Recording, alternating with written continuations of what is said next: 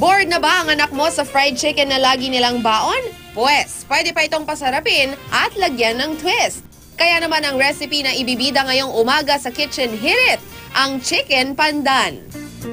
Mayaman sa protina ang manok na kailangan ng mga bata for a healthy body and strong muscles. Habang ang pandan naman ang magbibigay ng kakaibang aroma sa ating special recipe na easy to prepare. And to complete our ingredients, kakailanganin rin natin ng toyo, oyster sauce at sesame seeds. Ready na ba kayo mga mommy na matutunan ng isa na namang fantastic baon recipe? Pues, let's start cooking sa Kitchen Hirit. Let's start indeed. Kasama si Chef Edward Bugia para ituro sa atin ang pagluto ng ating Kitchen Hirit for today, ang chicken pandan. Good morning, Chef. Good morning. Okay, let's do it.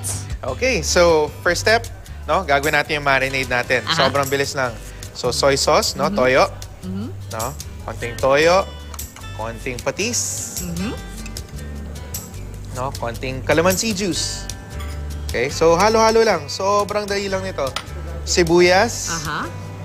So naka-chop na, no? Luya. Minced na bawang.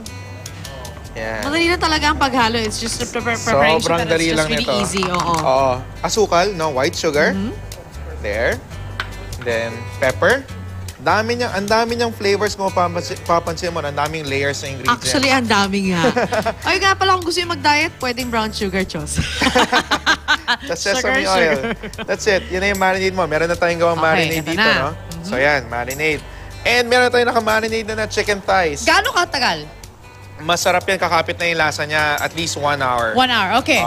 Okay, so yan na. Pagka naka-marinate yan 1 hour, pwede nyo na balutin sa ating pandan leaves. Okay. Pandan leaves, yan. So, itsura ng pandan. Magpitas na kayo sa labas. Oo, magpitas na kayo. Yan. Tapos, piprito na natin ang ating chicken pandan. That's it? Yan. That's basically it, no? That's basically it. Pero may ginawa kong, may ginawa tayong extra for this dish. Okay. Ang ginawa ko is, yung natirang marinade, Okay. no, yung natirang marinade, rine-juice ko, konti pang sugar, ginawa kong glaze, no? Para siya magiging parang syrup or parang sauce ng ating chicken pandan. Okay. So you can pour it on your chicken pandan. On top of it, which is what you did. Dito po Yes. sa finished product natin, Oo. which is ito na yung chicken pandan. No? Totoo. Dapat nakabalot pa rin siya para maganda presentation nyo, ha? Para kayo nasa Thailand. Oo. Pero sabi ni Chef, pumunta siya sa Thailand, hindi yung mahanap ng chicken pandan. Feeling ko hindi Thailand yung recipe na yan. Pero it's okay, malay mo, it's Filipino made, di ba? You never know. Never know. Kasi sinabi nila Thailand para mas, Oo, mas benta. This will cook, dahil chicken thighs ang gamit natin, no? This will cook for around 15 minutes. No? If you wanna be healthier, you can use chicken breast. Okay. Mas mabilis lutuin yun. Mga 10 minutes luto na yung chicken Oh, breast. cool. Tapos nga pala, yung mga pandan na tira, pwedeng ilagay kasama na yung bigas pag niluluto nyo yun para maging kanin. Masarap yan. Mabango. Sobrang bango. Ang sarap kumain. At saka pandan water. Very, very refreshing. Pwede nyo rin i-steep.